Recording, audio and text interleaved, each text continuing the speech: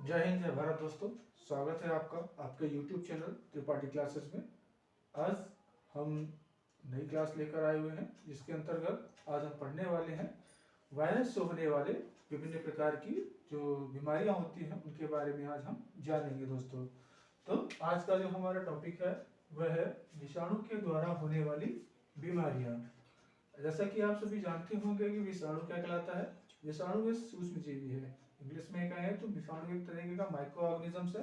Micro organisms क्या होते हैं? Micro organisms are those organisms which can not be seen with the naked I.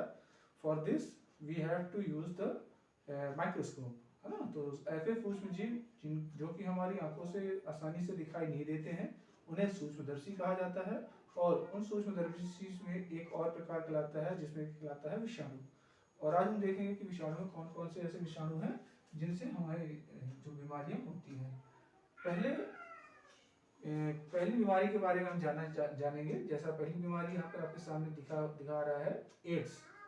Ads एक ऐसी बीमारी है जो कि हमारे शरीर की प्रतिरक्षा प्रणाली को प्रभावित करती है। प्रतिरक्षा प्रणाली को इंग्लिश में बोलते हैं इम्यून सिस्टम। इम्यून सिस्टम जो कि हमारी बॉडी में कोई फॉरेन बॉडी जैसे एंटर करती है तो उससे लड़ने में हमारे शरीर को मदद करती है। मतलब ये हमें रोगों से बचाने में मदद करती है। जो रोग करने वाले जो जीवाणु और विषाणु होते हैं जब ये हमारे शरीर के अंदर एंटर करते हैं तो एंटर करने के बाद ये धीरे धीरे अपने विस्तार को फैलाते हैं, अपनी जो संख्या होती है उनको मल्टीप्लाई करते हैं और साथ ही साथ ये हमारे शरीर को प्रभावित करते हैं और रोग उत्पन्न करने में कारक होते हैं। तो ये क्या करता है? सीधे सीधे हमारी इम्यूनिटी पावर को प्रभावित करता है। इसको जो virus which is responsible for the cause of AIDS diseases is HIV। HIV क्या है? HIV एक वायरस है जिसके कारण एड्स नामक बीमारियां इंसान को होती है। एड्स क्या है? एड्स का यदि हम फुल फॉर्म देख लें, क्योंकि एड्स से रिलेटेड फुल फॉर्म भी कई बार पूछ लिए जाते हैं एग्जाम्स में। तो एड्स का फुल फॉर्म है एक्वायर्ड इम्यूनोडेफिशिएंसी सिंड्रोम। एक्वायर का मतलब होता है किसी से प्राप्त करना, इम्यून का मतलब होता है प्रतिरक्षा प्रणाली, डेफिशिएंसी का मतलब होता है कमी, और सिंड्रोम मतलब होता है बीमारी। मतलब एक ऐसी बीमारी जो क्या की गई हो, पहले से रही नहीं है, उसको हमने क्या किया है? एक्वायर किया है। इसके बारे में और डिटेल में आप जानते होंगे। इसको देखते हैं, इसके लक्षण क्या है। ये हमारे रोग जो प्रतिरोधक क्षमता होती है उसको नष्ट करता है। ठीक है। अगली बीमारी को हम देखते हैं, वह है डेंगू।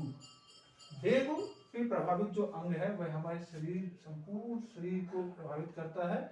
स्पेशली हमारे आंख और जोड़ों में, मतलब जॉइंट्स, जो हमारे शरीर के जो जॉइंट्स होते हैं उनको ये डैमेज करता है या उन पर ये एक्ट करता है। और जोड़ों में काफी तेज दर्द रहता है जिसके कारण आप पहचान पाएंगे कि एक लक्षण है किसका? डेंगू का। अब इसके लिए जो वायरस रिस्पॉन्सिबल होता है वह है अर्बो वायरस। अर्बो नाम का एक वायरस होता है जो कि डेंगू बीमारी को करता है। इसके विभिन्न लक्षण क्या है? सिर तथा जोड़ों में दर्द होना। सिर में दर्द होना, जोड़ों में दर्द होना, जो कि हमने पहले ही बात कर ली। जो प्रभावित अंग है वह हमारे आंख एवं जोड़ों में दर्द होता है। अगली बीमारी है पोलियो। पोलियो आप जानते हैं कि छोटे बच्चे होते हैं उनको छोटे से लेकर, जब से जन्म से लेकर 5 साल तक के बच्चों को पोलियो की ड्रॉप पिलाई जाती है।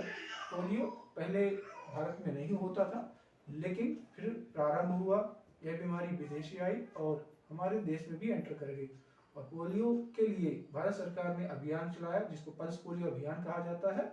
और आज कहा जाए तो जो हमारा भारत देश है वह पूरी तरीके से पोलियो मुक्त है। मतलब अब कोई भी ऐसा नया पेशेंट देखने को नहीं मिलता है, क्योंकि भारत सरकार ने इसके लिए जो कार्यक्रम चलाया हुआ है जिसमें बच्चों को, छोटे बच्चे जन्म से लेके 5 साल तक के बच्चों को फ्री ऑफ कॉस्ट पोलियो की ड्रॉप पिलाई जाती है। ठीक है। तो यह पोलियो नामक वायरस से होता है। और ये हमारे, इसके जो लक्षण है वह है रीढ़ की हड्डी आंत की कोशिकाओं का नष्ट होना। या रीढ़ की हड्डी सही तरीके से विकसित नहीं होती है और व्यक्ति झुका रहता है। साथ ही साथ जो आंत की होती है, आंत क्या होती है? हमारे जो शरीर में जहाँ पे भोजन पाचन होता है वह क्या कहलाती है? आंत। तो वहाँ की जो कोशिकाएं होती हैं वह उससे प्रभावित हो जाती हैं। अगला जो बीमारी है, अगली जो बीमारी है उसका नाम है इन्फ्लुएंजा।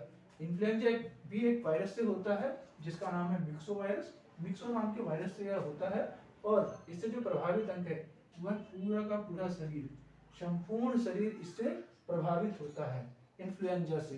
ठीक है। इसमें छींक आना, बेचैनी होना, गला सूंध होना, ये मुख्य 3 लक्षण हैं जिनसे आप पहचान सकते हैं कि इन्फ्लुएंजा हो सकता है। छींक आना एक सामान्य सा है, जैसे कोई व्यक्ति यदि कह सकते हैं किसी को किसी चीज से सही नहीं लगता है तो वह उसको छींक आ जाती है, या कह सकते हैं सर्दी जुकाम बुखार होता है तो उस समय भी व्यक्ति को क्या होता है, छींक होती है। ठीक है। चेचक, अगली जो बीमारी है वह है चेचक। चेचक कहाँ पर प्रभावित करता है? चेचक वेरियोला नामक वायरस से होता है। किस वायरस से होता है? वेरियोला नामक वायरस से होता है, और यह शरीर के संपूर्ण भाग को प्रभावित करता है। इसके प्रमुख लक्षण हैं तेज बुखार आना या शरीर पर लाल लाल दानों का आना। नेक्स्ट, खसरा। खसरा जो है वह संपूर्ण शरीर को प्रभावित करता है, और यह मुर्गुली नामक जो वायरस होता है उससे यह होता है। इसका भी वही लक्षण है, शरीर पर लाल लाल दाने आना। शरीर पर लाल लाल दाने मतलब कई पूरे शरीर में छोटे छोटे दाने आपको देखने को मिलते हैं, जिसको कहते हैं खसरा। इसका भी जो टीके होते हैं वे बच्चों को प्रारंभ में ही लगवाए जाते हैं। ठीक है। Next, rabies. रेबीज एक आज की डेट में ये कह दिया जाए कि कोई व्यक्ति यहाँ जानता हो रेबीज को, तो ऐसी कोई बात नहीं है, है ना। रेबीज एक ऐसी बीमारी है जो कि वायरस से होने वाली डिसीज है ना, वायरस से होने वाला कॉज करने वाला होता है। और जो रेबीज है वह रैब्डो नामक वायरस से होता है। यह हमारे तंत्रिका तंत्र को यदि बोला जाए तो इसको हम कहते हैं नर्वस सिस्टम। क्या कहते हैं दोस्तों?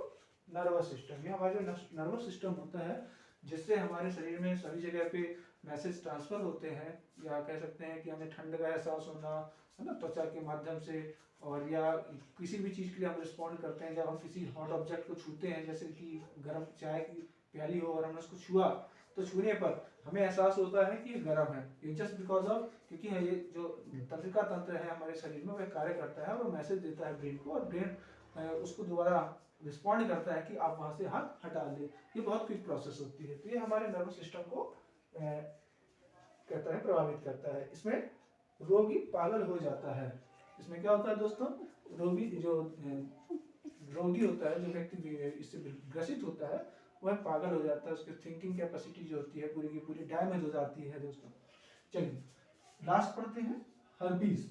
हर्पीस जो बीमारी है वह त्वचा पर प्रभावित करती है, और ये हर्पीस नामक वायरस से होता है। इसमें त्वचा में सूजन हो जाना। इसका मुख्य लक्षण क्या है? जो हमारी त्वचा है वह उसमें सूजन आ जाती है, जिसके कारण यह होती है। ये कुछ विशेष कह सकते हैं कि हमने आपके सामने 8 बीमारियां लेकर आए जिसमें वायरस से होने वाली ये बीमारियां हैं। और अब आगे कुछ विशेष बिंदु देख लेते हैं जो कि हमें और समझ लेना चाहिए। जैसे एड्स के बारे में हमने बता दिया आपको कि एड्स क्या होता है, एक्वायर्ड इम्यूनोडेफिशिएंसी सिंड्रोम, और इसको करने वाला जो वायरस होता है that is known as HIV virus, human immunodeficiency virus, जो कि ह्यूमन के जो इम्यून सिस्टम है उसको प्रभावित करता है, क्षतिग्रस्त कर देता है। और यह जो इसके जो लक्षण देखने को मिलते हैं वे लगभग 10 से 12 साल के बाद ही इसके लक्षण देखने को मिलते हैं, और इसका कोई भी इलाज अभी नहीं है। साथ ही साथ यदि इसको जानना चाहें कि यदि किसी व्यक्ति को एक एलिसा टेस्ट यहाँ दिखा हुआ है आपके सामने, ELISA, एलिसा का मतलब होता है कि एक प्रकार का टेस्ट है जो कि HIV की जांच के लिए लिया जाता है। तो इसका नाम है एंजाइम लिंक्ड इम्यूनोसॉल्वेंट एसे। ये टेस्ट किया जाता है जो कि यह बताता है कि either the patient is positive from the HIV virus और नॉट, क्या वह एड्स से ग्रसित है या नहीं है। तो दोस्तों आपने इस क्लास को देखा, और ऐसे ही अदर क्लासेस को देखने के लिए, जानने के लिए हमारे YouTube चैनल को सब्सक्राइब करें, लाइक करें और ज़्यादा से ज़्यादा शेयर करें दोस्तों। धन्यवाद। जय हिंद, जय भारत। जय भारत।